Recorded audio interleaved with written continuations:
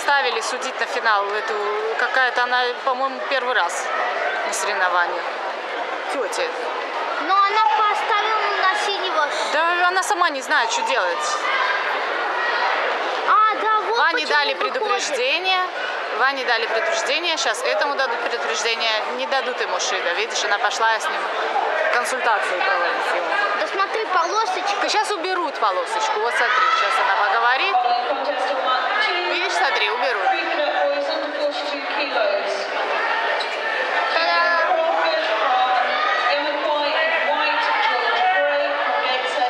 Видишь, полосочку не убрать.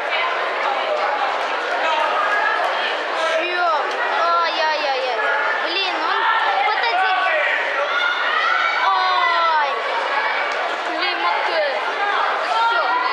Что ее нам на финал ставить? Главное, какой великий шанс, но она Матвей. Тише, Леша, ну помолчи ты, тише.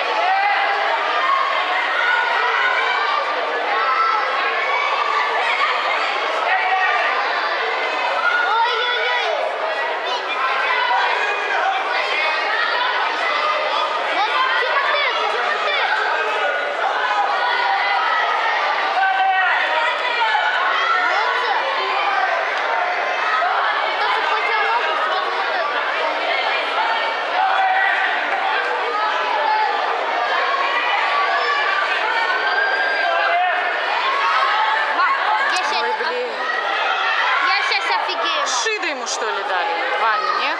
Нет, не дадут. Дали Шида желтая, да? Да нет, он синий. Это мальчик. У Вани тоже желтая, нет там что-то? Нету.